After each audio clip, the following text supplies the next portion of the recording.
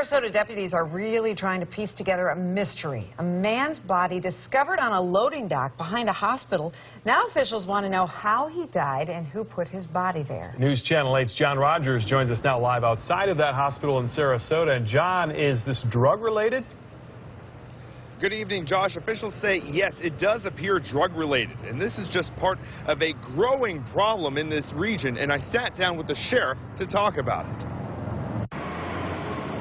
At 2:30 this morning, a woman went into a gas station near Doctors Hospital with a strange message. She said a man's body was in a loading dock behind the hospital. When deputies arrived, they found 38-year-old Jason Crady dead. One of the possibilities is certainly an overdose. This story is eerily similar to another case at a Sarasota hospital back in June.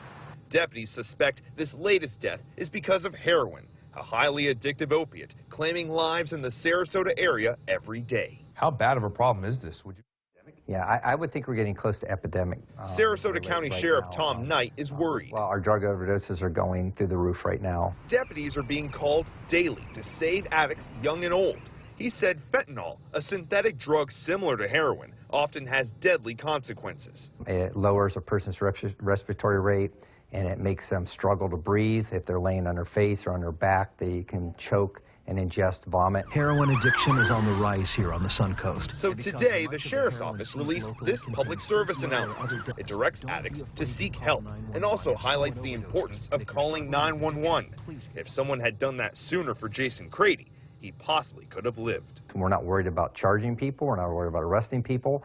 And we're not worried about interviewing them to find out where they got it from. We're worried about saving their lives and making them better people. Sheriff Knight says making more arrests is not the solution. It will take a community-wide effort to stop this threat.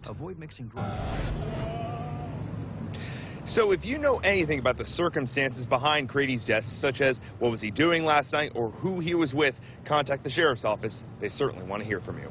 Back to you. So, John, what are detectives doing to stop the sale of heroin out on the streets?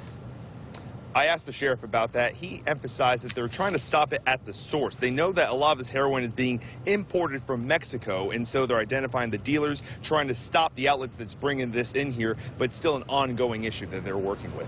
Awful problem. Big fight. All right. Thanks. John Rogers live in Sarasota.